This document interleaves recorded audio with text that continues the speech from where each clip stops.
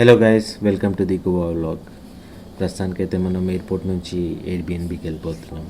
నార్మల్గా check in time వచ్చేసి 3 PM, but permission తీసుకొని 1 PM వరకు అయ్యేలా చూసుకున్నాము. కానీ టైం ఎయిర్పోర్ట్ నుంచి అంజునా బీచ్కి వచ్చే వరకు 11 అయింది. సో మధ్యలో టైం ఏం చేస్తామా అని చెప్పి బీచ్లో ఒక షాక్లో వెళ్ళి కూర్చున్నాము. ఎలాగో లంచ్ టైం అవుతుంది కదా అని టైం పాస్ చేసి లంచ్ చేసి వెళ్దాం అనుకున్నాము. సో ఇది వచ్చేసి జస్ట్ మా స్టేకి ఒక 5 minutes డిస్టెన్సే. మనం తీసేసుకున్నాం కదా బైక్ ఆల్రెడీ తీసేసుకొని.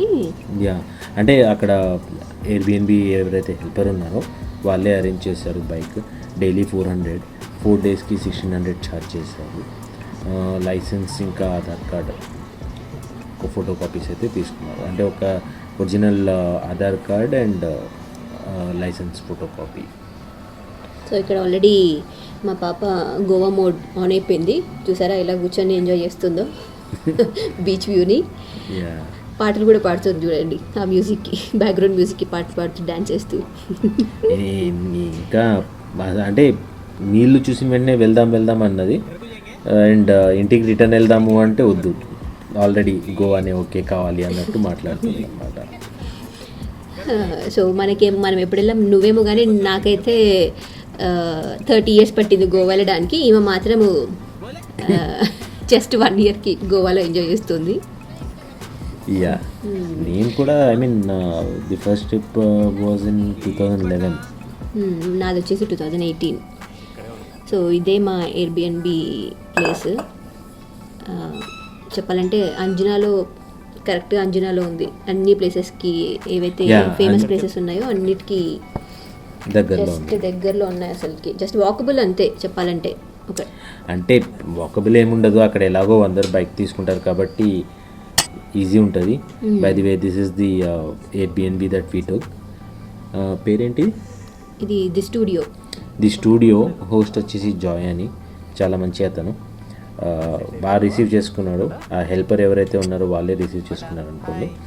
అండ్ మొత్తం రూమ్ వచ్చేసి బోహో స్టైల్లో ఉండే. చాలా సింపుల్ అండ్ ఎలిగెంట్గా ఉండే, పెద్ద హడావుడి ఏం లేకుండా. యా, ఒక చిన్న kitchen, simple room and bathroom, that's it. Kitchen ఏరియాలో కావాల్సిన ఐటమ్స్ అయితే ఉన్నాయి కుకింగ్ చేసుకోవడానికి, బేసిక్ కుకింగ్ ఇవి యుటెన్సిల్స్. బేసిక్గా ఇది ఎందుకు తీసుకున్నామంటే బేబీతో వెళ్తున్నాం కదా, హోటల్ రూమ్స్లో అయితే మనకి ఎక్కువ ఫెసిలిటీస్ ఉండవు. సో మిల్క్ ప్రిపరేషన్ కానీ లేకపోతే మేము ఆమె కోసం కావాల్సినది వండుకోవడానికి కానీ ఈజీ ఉంటుందని ఎయిర్బిఎన్బి తీసుకున్నాము. సో యాక్చువల్గా this is our first time in Airbnb. Yes. So view కూడా చాలా బాగుంది. బ్రేక్ఫాస్ట్ నువ్వు అంటే ఎక్కువ సామాన్ ఏమి ఉండదు, కొంచెం సామాన్ ఉంటుంది, బట్ యూస్ఫుల్ ఐటమ్స్. బేసిక్గా మనకి ఏవి కావాలో అవి మాత్రమే అయితే ఉంటాయి. యా. సో అది వచ్చేసి అటాచ్డ్ వాష్రూమ్, ఇది వచ్చేసి వార్డ్రోబ్ సింపుల్గా.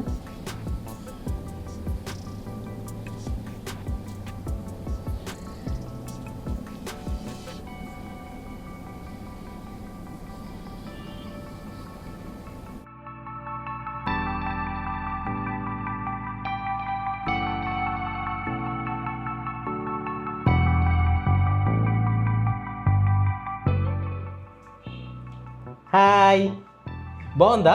రూమ్ బాగుందా? బేబీకి నచ్చిందా? ఇది వచ్చేసి బాగా బీచ్ అనమాట. సో రూమ్ చెక్ ఇన్ చేసి ఒక 2 hours స్నాప్ వేసేసి బాగా బీచ్కి వెళ్ళిపోయాము. 4:30కి స్టార్ట్ అయ్యాము. 4:30కి స్టార్ట్ అయ్యాము. 20 minutes మన ప్లేస్ అరౌండ్ 5 o'clock బాగా బీచ్కి సన్సెట్కి అని చెప్పి వెళ్ళాము యాక్చువల్గా. సో తను 2018లో మా పెళ్ళైన తర్వాత ఫస్ట్ తీసుకెళ్ళిన బీచ్ ఇదే. సో మా పాపని కూడా సేమ్ బీచ్ తీసుకెళ్దామని అదే బీచ్కి తీసుకెళ్ళాము. అంటే గోవా అంటేనే చాలామందికి బాగానే గుర్తొస్తుంది, బాగా కలంగుడ్. ఎవరు కొత్త వాళ్ళు వచ్చినా ఫస్ట్ వెళ్ళేది బాగా beach. So this is what Goa looks like. And ఆ ఫీల్ కూడా మీకు కరెక్ట్ టచ్ అవుతుంది అనమాట. మేము వెళ్ళింది కూడా ఫుల్ మూన్ అనమాట. So full moon light and ఈ కలర్ఫుల్ లైట్స్తో చాలా బ్యూటిఫుల్గా ఉండే బీచ్ మాత్రం.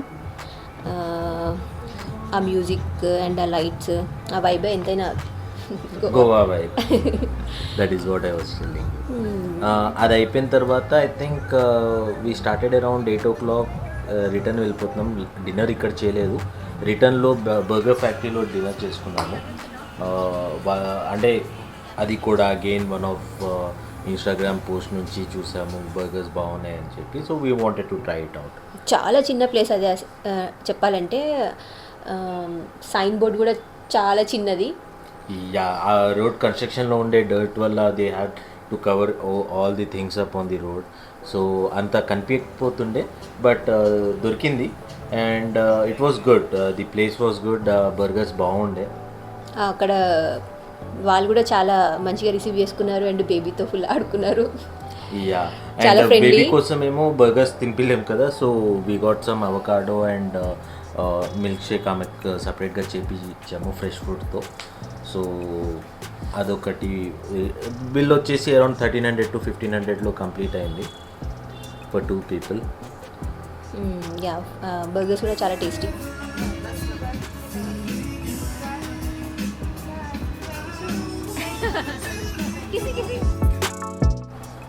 డిన్నర్ అయిపోయిన తర్వాత రూమ్కి వెళ్ళిపోయాము. సో అంతే, first day was that set.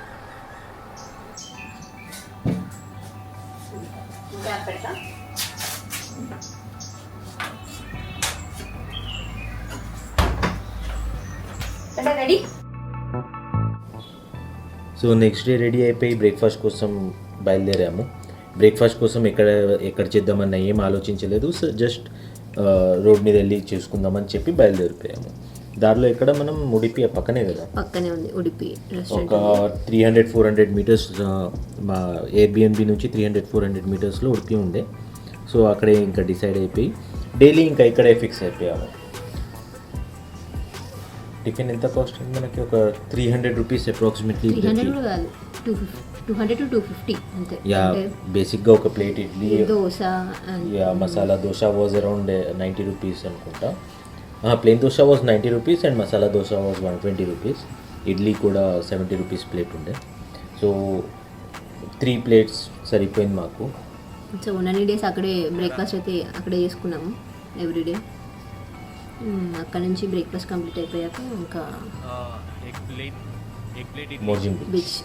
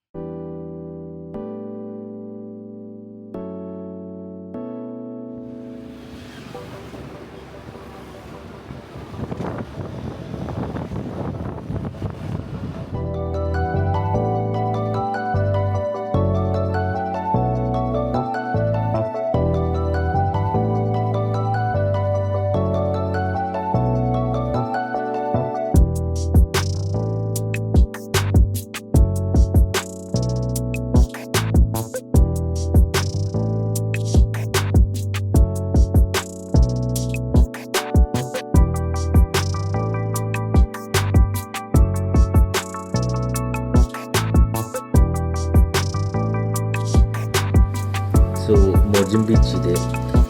అంత క్లీన్గా ఏం లేకుండే. We didn't like the cleaning. అంటే శాండ్ బేసిక్గా క్లీన్ అంటే అక్కడ చెత్త ఉంది అని కాదు, బట్ బీచ్లో ఏదైతే శాండ్ ఉందో కొంచెం నార్మల్ బీచ్ లాగా లేకుండే. So it was okay. Shallow waters ఉండే, పాపకు కూడా బాగా టైం స్పెండ్ చేయడానికి వీలుగా ఉండే. బీచ్ వాజ్ లెస్ క్రౌడీ, ఎక్కువ మంది ఎవరు లేకుండే.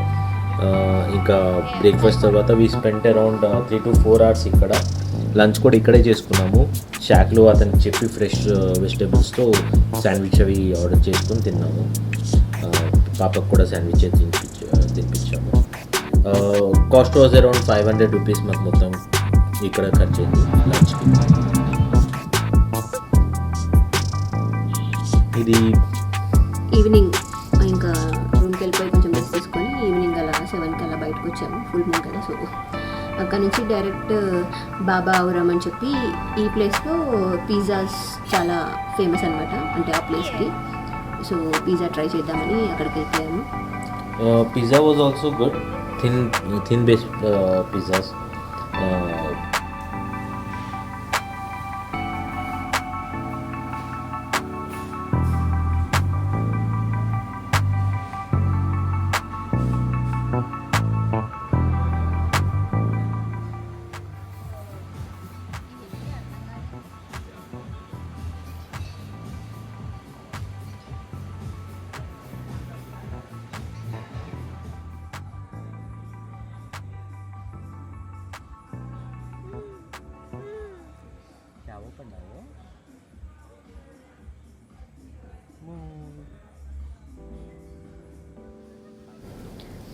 నెక్స్ట్ డే ఎల్ బర్త్డే ఉండే. ఫోటోగ్రాఫర్ని అయితే యాక్చువల్గా 1 year బ్యాకే మాట్లాడాను, కానీ గోవా వెళ్ళడం కుదరలేదు. సో ఈ ట్రిప్లో ఆ ఫోటోషూట్ని హైర్ చేసుకున్నాం అగైన్.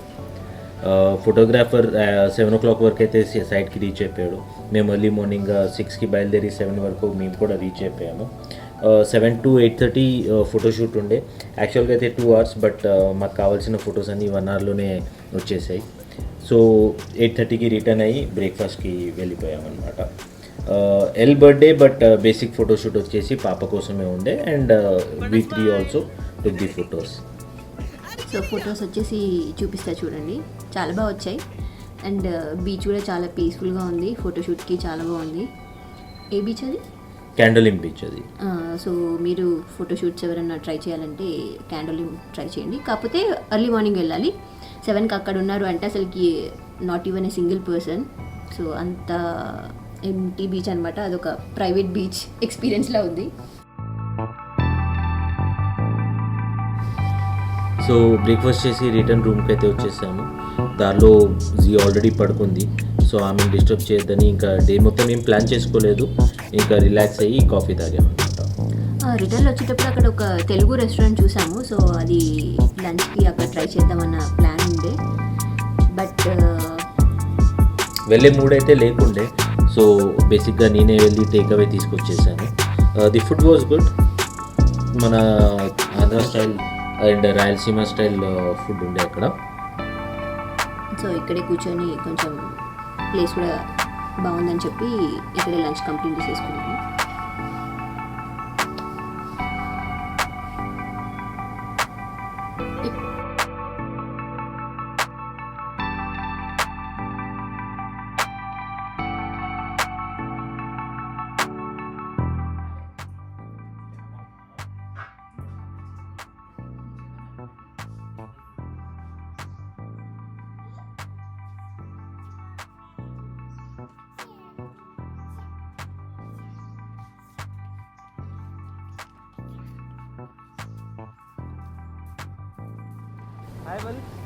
సో ఆ రోజు లంచ్ అయిన తర్వాత మంచి న్యాప్ వేసేసి సాయంత్రం 4-4:30కి అయితే వెన్స్డే రోజు ఫ్లీ మార్కెట్ అవుతుంది.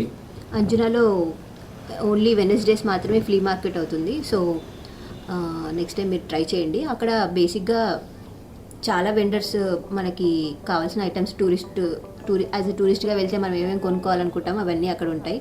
బ్యాగ్స్ అవనివ్వండి, క్లోత్స్ అవనివ్వండి, డ్రీమ్ క్యాచర్స్ అండ్ షెల్స్తో చేసినవి ఐటమ్స్, చాలా ర్యాండమ్గా ఐటమ్స్ ఉంటాయి. సో నేను ఎక్స్ప్లోర్ చేద్దామని వెళ్ళాము అండ్ కొన్ని ఐటమ్స్ కూడా కొనుక్కున్నాను.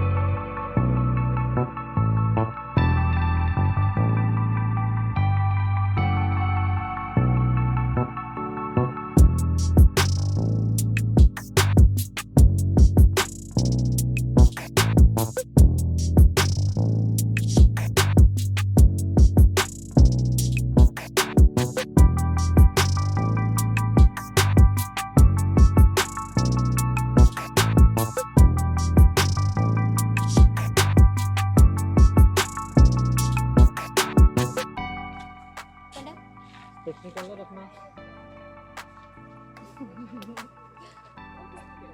వెళ్దాం?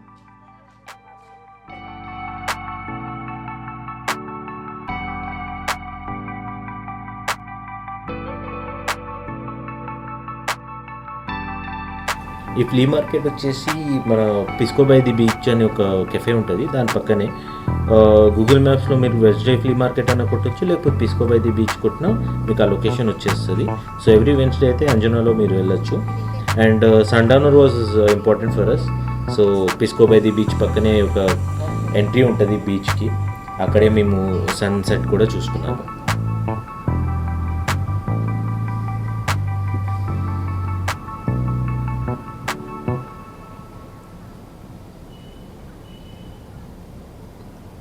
సో ఇంకా రిటర్న్ రూమ్కి వచ్చేసి రెడీ అయిపోయి ఏంటది place? Purple Martini. Purple Martini, the famous Purple మార్టినికి వెళ్ళాము డిన్నర్ కోసం అని చెప్పి. అసలుకి చెప్పాలంటే అది ఎంత ప్రైజీ ఉందంటే, ఏంటది ఎంట్రీ చార్జెస్ ఎలా ఉన్నాయి? ఓవర్ కవర్ ఛార్జెస్ అని ఛార్జ్ చేస్తారు ఫేమస్ ఉన్న రెస్టారెంట్స్కి కానీ కెఫేస్ కానీ. We didn't pay any cover charges, but తీసుకున్న 2 మాక్టైల్స్ అండ్ ఫ్యూ థింగ్స్కి it costed us a lot. చాలా ఓవర్ రేటెడ్ అనిపించింది, క్రౌడ్ కూడా అంత ఎక్కువ లేకుండే. సో ఒక 2 hours అక్కడ టైం స్పెండ్ చేసి we went back to our room.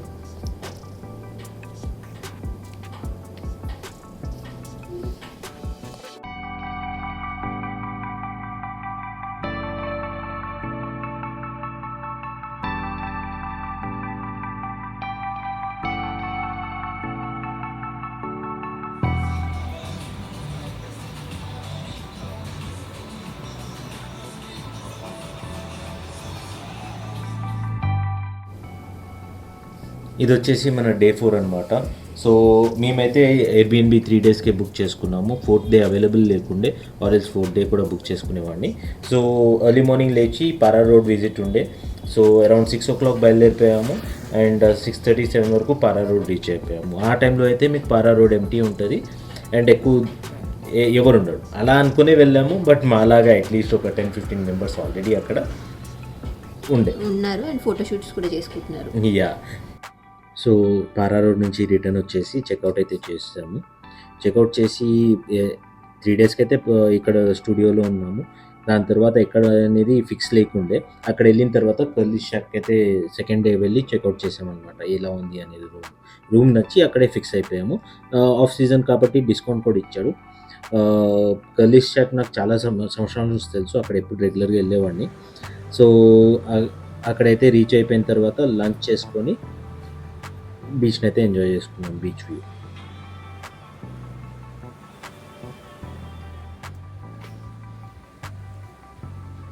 ఇప్పుడు బేసిక్గా రూమ్కి వెళ్ళాలంటే మాత్రం రెస్టారెంట్ లోపల ఎంటర్ అయ్యే వెళ్ళాలి. రెస్టారెంట్ దాటిన తర్వాత ఒక చిన్న గల్లీలాగా ఉంటుంది, చూడండి.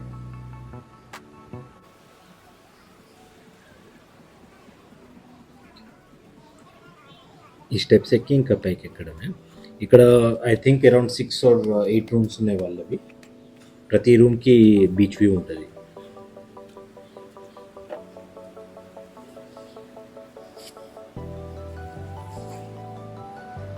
ఇక్కడ వచ్చేసి మా పాప ఆల్రెడీ బీచ్ వ్యూని ఎంజాయ్ చేస్తూ కూర్చుంది.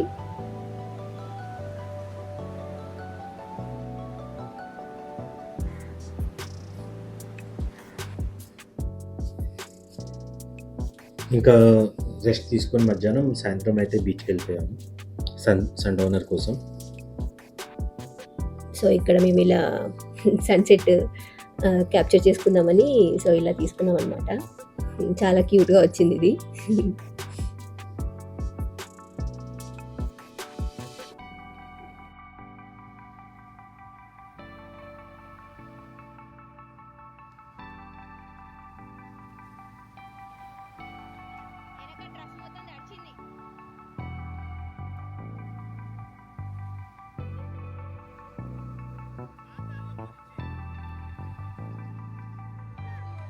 సో బీచ్ అయిపోయిన తర్వాత అయితే ఫుడ్ తినడానికి డిన్నర్ కోసం లోకల్ స్ట్రీట్ ఫుడ్ దగ్గరికి వచ్చి బర్గర్స్ ఇంకా మోమోస్ ట్రై చేసాము. బెల్జియం వ్యాఫల్స్ కూడా ఉండే, అది కూడా బాగుండే అంటున్నాను.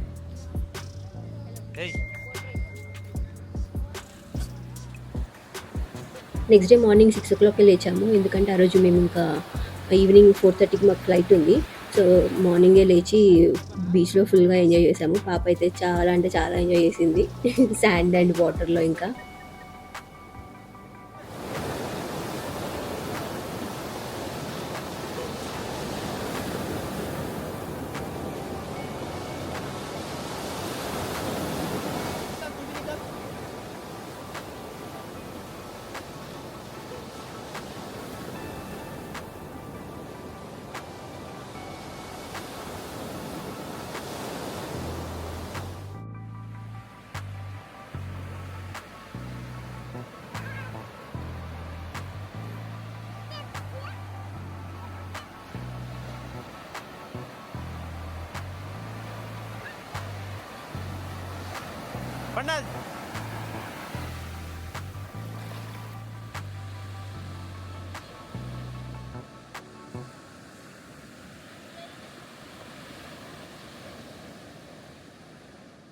బీచ్లో అయితే 9:30 వరకు అయితే ఆడుకున్నాము. ఫ్రెష్ అప్ అయిపోయి బయటికి బ్రేక్ఫాస్ట్ కోసం అయితే వచ్చాము.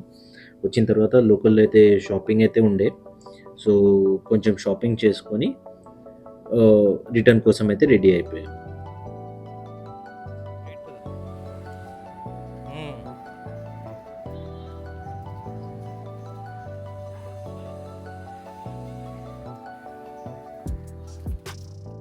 షాపింగ్ కంప్లీట్ చేసేసుకొని టైం ఉందని చెప్పి మేము అంజనా క్లిఫ్ దగ్గరికి వెళ్తున్నాము.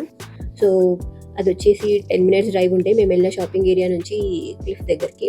అండ్ క్లిఫ్ వచ్చేసి మేమున్న స్టేకి జస్ట్ పక్కనే అనమాట, వాకబుల్ డిస్టెన్స్. అంటే కర్లీస్ ఎంట్రన్స్ దగ్గర నుంచి మీకు క్లిఫ్ యాక్చువల్గా కనిపిస్తూ ఉంటుంది. సో వ్యూ వచ్చేసి ఇలా ఉంటుంది చూడండి. మొత్తం పానోరామిక్ వ్యూ ఉంటుంది. అక్కడ నుంచి మీకు చాలా అంటే అంజునా బీచ్ కనిపిస్తుంది. అక్కడ నుంచి కొంచెం వైగటార్ కూడా కనిపిస్తుంది. మొత్తం క్లిఫీ ఏరియా. సో కొంచెం సేపు ఇక్కడ టైం స్పెండ్ చేసాము, వ్యూని చూస్తూ ఎంజాయ్ చేసాము అనమాట. మేక్ షూర్ ఎర్లీ మార్నింగ్ వెళ్ళండి, మధ్యాహ్నం అయితే చాలా ఎండ్ ఉంటుంది. క్లిఫ్ చూసేసుకొని కర్లీస్ నుంచి అయితే చెక్అవుట్ చేసాము. చెక్అవుట్ చేసి ఎయిర్పోర్ట్కి అయితే బయలుదేరాము. డ్రైవ్ టైం అరౌండ్ 40 minutes ఉంటుంది.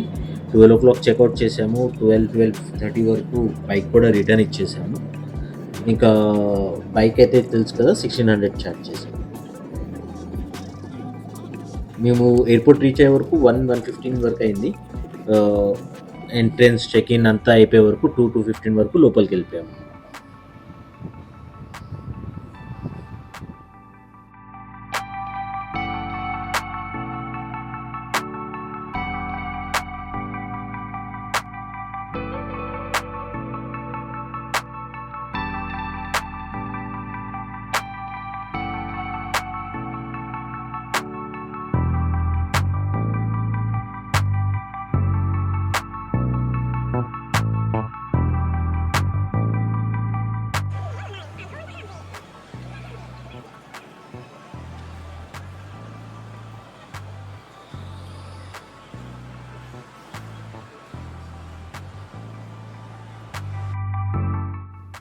యాక్చువల్గా మేము గోవా వెళ్ళినప్పుడు ఈ ఎయిర్పోర్ట్ని చూడలేదన్నమాట సరిగ్గా.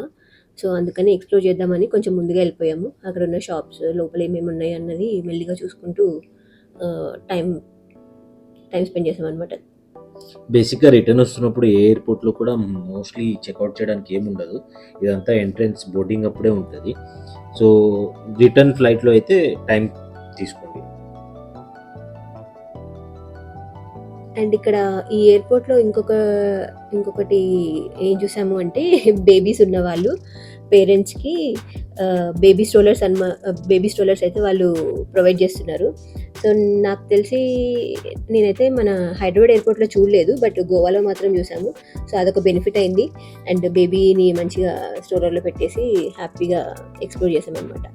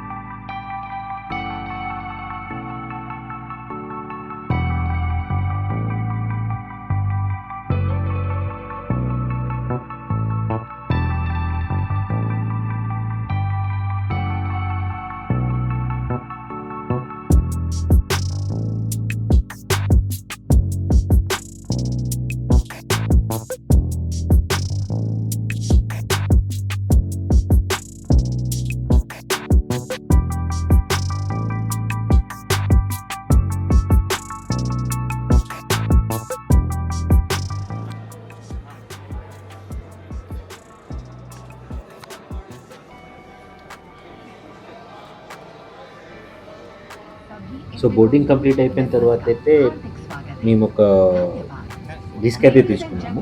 బేసిక్గా సీట్ బుక్ చేసేటప్పుడు ఒక విండో సీట్, ఒక ఆయిల్ సీట్ బుక్ చేసాము.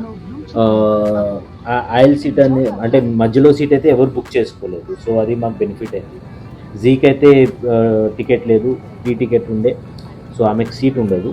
సో ఒళ్ళోనే కూర్చుంది. బట్ స్టిల్ ఒక ట్రిక్ అయితే పనికొచ్చింది. మీరు కూడా ట్రై చేయొచ్చు. బట్ ఒక్కొక్కసారి ఫ్లైట్ ఫుల్ ఉంటే బ్యాక్ ఫైర్ అయ్యే ఛాన్సెస్ కూడా ఉంది. ఆ టైంలో ఇంకా ఎవరైతే మధ్యలో కూర్చున్నారో వాళ్ళనే రిక్వెస్ట్ చేసుకొని పక్కన కూర్చోవాలి. సో ఈ 1 hour జర్నీ మొత్తం మా పాప అసలు పడుకోలేదు. ఆల్రెడీ కార్లో నాప్ వేసేసింది అనమాట. సో ఇంకా తను ఫుల్ యాక్టివ్ మోడ్లో ఉండే అండ్ ఏదో ఒకటి ఎంటర్టైన్ చేస్తూ ఉండాల్సి వచ్చింది మేము. అండ్ ఈసారి ఎలాంటి ఇష్యూ అవ్వలేదు మాకు. లాస్ట్ టైం అయితే లాలీపాప్స్ ట్రై చేసాము, అంటే ఇయర్ పెయిన్ తగ్గడానికి. ఈసారి మేము ఏదైతే తిన్నామో అవే ఇచ్చాము. శాండ్విచెస్ ఆర్డర్ చేసుకున్నాం. సో అవే శాండ్విచెస్ ఇచ్చామన్నమాట. She was okay with it. ఏం ప్రాబ్లం అయితే కాలేదు. సో ఇంకా అలా టైంపాస్ చేస్తూ ఉంటే ఇంకా ఆల్రెడీ 1 hour టైం కూడా అయిపోయింది. అండ్ హైదరాబాద్ ఎయిర్పోర్ట్ కూడా రీచ్ అయిపోయాం అనమాట మనం. ఇంకా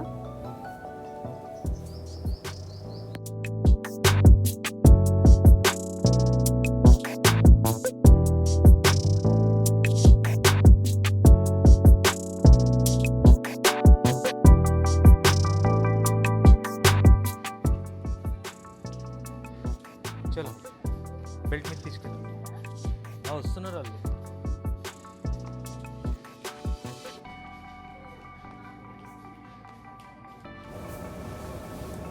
సో బేసిక్గా ఫ్లైట్ దిగిన తర్వాత అయితే చాలా మెల్లగా వచ్చాము. దిగడమే లాస్ట్లో దిగాము. ఎవరు కనిపిస్తే వాళ్ళతో ఇంకా మాట్లాడడం ఆడుకోవడం స్టార్ట్ చేస్తుంది. సో ఇంకా తనే అందరినీ ఎంటర్టైన్ చేస్తూ వస్తుందన్నమాట. ఆఖరికి ఎయిర్ హోస్టెస్ వాళ్ళని కూడా పలకరించి వాళ్ళతో పాటు వచ్చేస్తుంది. చూడండి ఇలా. సో బేసిక్గా ఇక్కడ నుంచి లగేజ్ పికప్ చేసుకొని ఇంటికైతే రిటర్న్. పికప్ కోసం అయితే మదర్ ఇంకా తమ్ముడు వచ్చారు. సో వాళ్ళతోనే రిటర్న్ అనమాట. So that's it guys. This is our Goa vlog. Hope to see you again. See you soon. Bye.